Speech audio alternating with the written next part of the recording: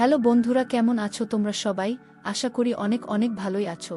আর তোমাদের ভালোবাসায় আমিও অনেক ভালো আছি, কারণ তোমরা আমাকে যে পরিমাণে ভালোবাসা দিয়েছো এবং সাপোর্ট দিয়েছো তা আমি কোনোদিন ভুলতে পারবো না। তাই তোমাদেরকে মজা দেওয়ার জন্য আবারও একটি নতুন গল্প নিয়ে হাজির হলাম। গল্পটি শোনার মতো, আশা করি তোমাদের দাঁড়িয়ে যাবে এবং তোমরা হাতের কাজ করতে সবাই হেডফোন নিয়ে বসে যাও।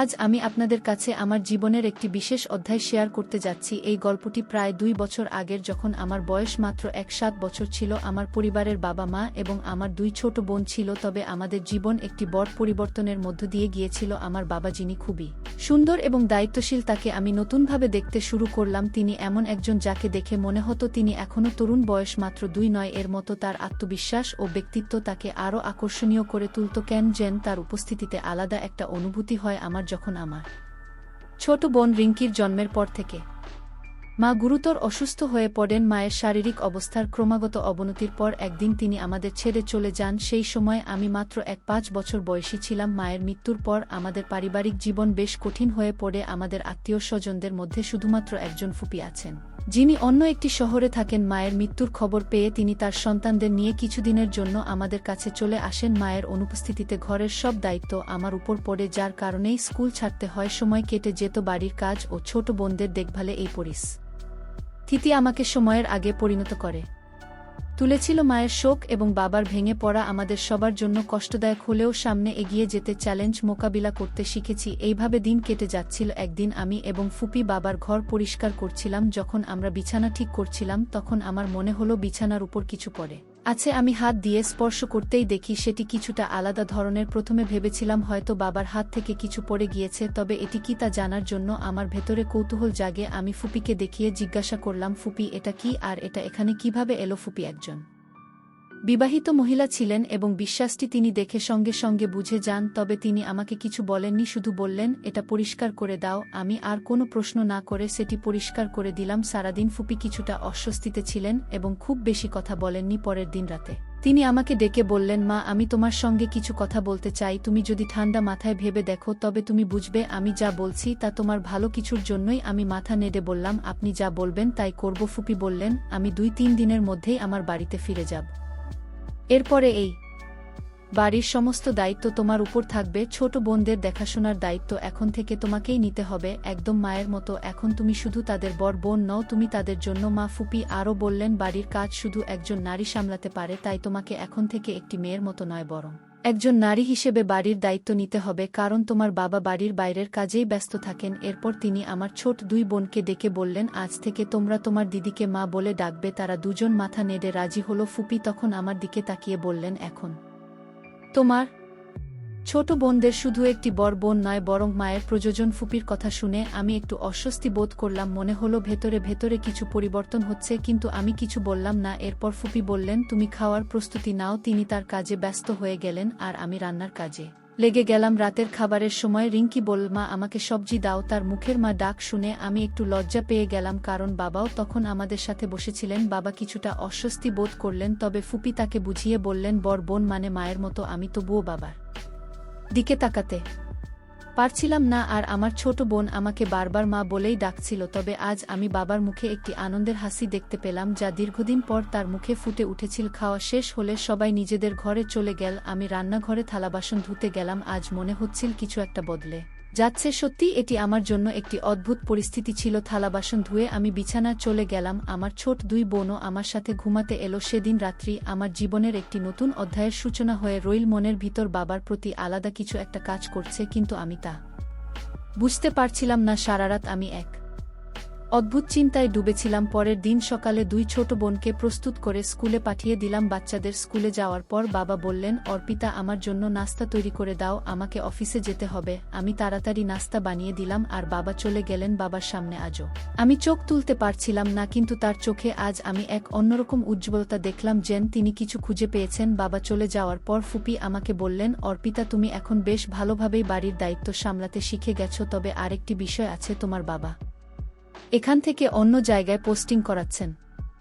1-2 সপ্তাহের মধ্যেই নতুন জায়গা চলে যাবেন এবং তার জন্য একটি বাড়িও পেয়ে গেছেন। আর একটি কথা, তুমি কি মনে করো তোমার মায়ের মৃত্যুর পর তোমার পড়াশোনা বন্ধ হয়ে যাওয়া এবং তোমার উপর এত দায়িত্ব দেওয়া ঠিক হয়েছে? এই মেয়ে, তুমি কি কিছু মনে করো? আমি ফুপিকে বললাম, না ফুপি, আমি খুশি যে আমি বাড়ির দায়িত্ব নিতে পেরেছি। ফুপি হাসলেন এবং বললেন, এটা খুব ভালো কথা। এরপর ফুপি আমাকে বললেন, অর্পিতা, তোমার বাবা এখন ভেতরে ভেতরে তোমার মাকে খুব মিস করেন। মায়ের অভাব তার উপর অনেক প্রভাব ফেলছে এবং তার শরীরের অবস্থাও তেমন ভালো না। আমি তার বোন হিসেবে কখনো চাই না যে তিনি তার জীবন নষ্ট করে দিন। আমি জানি একজন পুরুষের জন্য একা থাকা কতটা কঠিন, বিশেষ যখন তার পরিবার রয়েছে। তাই আমি মনে করি তোমার বাবার জীবনে নতুন করে একটি সঙ্গীর প্রয়োজন। আমি ফুপির কথায় কিছুটা অবাক হলেও বুঝতে পারলাম তিনি বাবার জন্যই ভাবছেন। আমি ফুপিকে বললাম, তাহলে আপনি বাবাকে বোঝানোর চেষ্টা করুন যাতে তিনি নিজের জীবন আরও ভালোভাবে কাটাতে পারেন। ফুপি উত্তর দিলেন, অর্পিতা, আমি তাকে বোঝানোর চেষ্টা করেছি, কিন্তু আমি জানি একমাত্র কোনো নারী তাকে পুরোপুরি বোঝাতে পারবে। এতদিন তোমার মা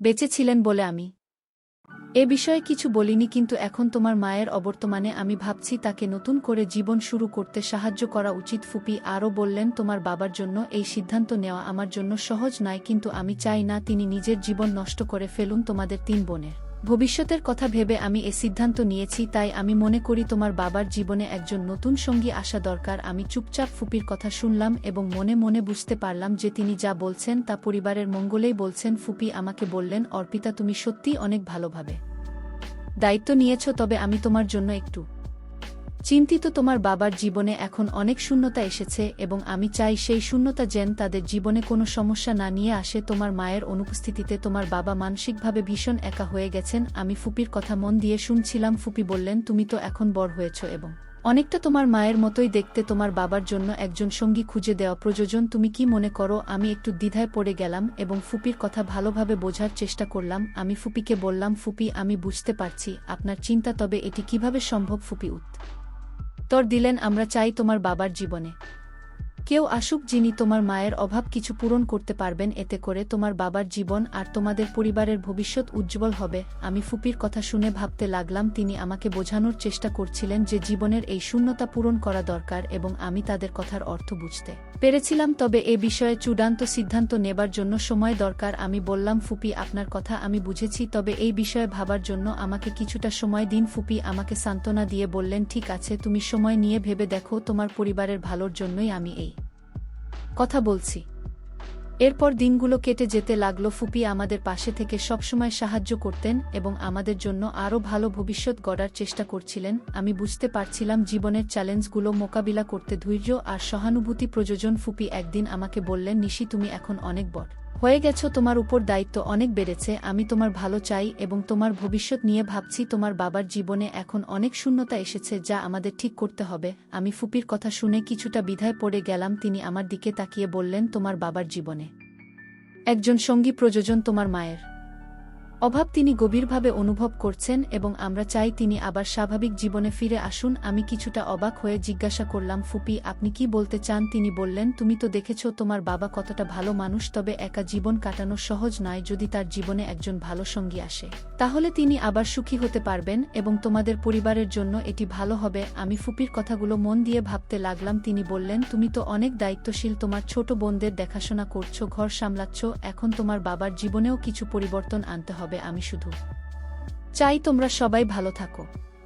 আমি বললাম, ফুপ্পি, আমি বুঝতে পারছি, তবে এই বিষয়ে সিদ্ধান্ত নিতে আমাকে সময় দিতে হবে। ফুপি বললেন, ঠিক আছে, তুমি ভেবে দেখো, আমি জানি তুমি সবসময় সঠিক সিদ্ধান্ত নেবে আর তোমার বাপকেও তোমাকেই সামলাতে হবে। এরপর আমি অনেক সময় নিয়ে বিষয়টি নিয়ে ভাবলাম। বাবার খুশি আর আমাদের পরিবারের ভবিষ্যৎ নিশ্চিত করা সত্যিই খুব গুরুত্বপূর্ণ ছিল। আমি বুঝলাম জীবন চলতে থাকে এবং অনেক সময় নতুন সিদ্ধান্তই আমাদের জন্য সঠিক পথ দেখায়। তোমার বাবার মধ্যে এখনও অনেক ভালো মনের মানুষ আর অনেক সুন্দর এবং আমি মনে করি যদি তিনি আজ তোমার মতো একটি মেয়েকে প্রপোজ করেন তবে হয়তো কেউ না বলবে না। তাহলে তুমি কেন বলবে না? তিনি তোমাকে সবভাবে সুখী রাখতে পারবেন। তোমরা দুজন একে অপরকে খুব ভালোভাবে জানো। একটি কথা মনে রেখো, তুমি একবার বলেছিলে তুমি তোমার জীবনে কখনোই এই সিদ্ধান্তে অনুতাপ বোধ করবে না। তোমার কাছে এত আনন্দ আসবে, বলো তুমি কি মনে করো? আমি বললাম, তিনি আমার বাবা এবং আমি তার সন্তান। তিনি আমাকে জন্ম দিয়েছেন এবং আমি এখনও মাত্র 5 বছর বয়সী। আমি তো এখনও হাই স্কুলও শেষ করিনি। তিনি কখনোই এটা মেনে নেবেন না। আমাকে কিছু সময় প্রয়োজন চিন্তা করার জন্য। তখন যদিও আমার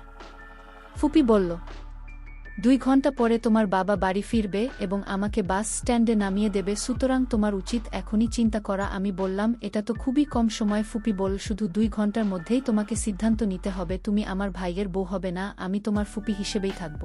এরপর ফুপি অন্য ঘরে গিয়ে প্যাকিং শুরু করল এবং আমি আমার ঘরে বসে বাবার কথা ভাবতে লাগলাম। আমার বাবার উচ্চতা প্রায় 5 ফুট 1 ইঞ্চি, তিনি লম্বা এবং শক্তপোক্ত এবং তার চেহারা একদম সঞ্জয় দত্তের মতো। বয়সও 2-8 বছরের মতো মনে হয় আজ কেন যেন তার উপস্থিতিতে আলাদা একটা অনুভূতি হচ্ছে। এভাবেই এগিয়ে গেল আমার চিন্তা। আমার জীবনে অনেক কিছু পরিবর্তন এসেছে। বোনেরা যখন আমাকে মা বলে ডাকতে শুরু করল তখন থেকেই মনে হচ্ছিল যেন আমি আরও পরিণত হচ্ছি। বাড়ির দায়িত্ব নেওয়া, ছোটদের দেখভাল করা, সবকিছু আমাকে বড় হতে শিখিয়েছে। কিন্তু একটি অদ্ভুত অনুভূতি আমার মনকে আচ্ছন্ন করে ফেলেছিল। আমার বাবা, যিনি অসম্ভব রূপবান এবং দায়িত্বশীল, তাকে আমি অন্য এক দৃষ্টিকোণ থেকে দেখতে শুরু করলাম। তিনি ছিলেন এমন একজন মানুষ যাকে দেখলে মনে হতো তিনি এখনও তরুণ, মাত্র 2-9 বছর বয়সের। তার আত্মবিশ্বাস এবং ব্যক্তিত্ব তাকে আরও আকর্ষণীয় করে তুলত। একদিন বাড়িতে ফুপি আমাকে বললেন, তোমার বাবা তোমাকে খুব গর্বিত করে তুলবে, তিনি তোমার জন্য সবকিছু করতে পারবেন। এই কথা শোনার পর আমি ভীষণ লজ্জিত হয়ে গেলাম। ফুপির কথার গভীরতা বুঝতে পারলেও আমি নিজের মধ্যে সেই অনুভূতি নিয়ে নীরব ছিলাম। সেদিন আয়নার সামনে দাঁড়িয়ে লাল রঙের সালোয়ার কামিজ পরা অবস্থায় নিজেকে দেখে মনে হলো, আমি কি সত্যি এত বড় হয়ে গেছি? আমার মনে প্রশ্ন জাগলো, আমি কি আসলেই কাউকে জীবনসঙ্গী হিসেবে পাওয়ার যোগ্য হয়ে উঠেছি? এই ভাবনাগুলো আমাকে বিভ্রান্ত করত। আমি বাবাকে সবসময় একজন শক্তিশালী এবং নির্ভরযোগ্য ব্যক্তিত্ব হিসেবেই দেখতাম।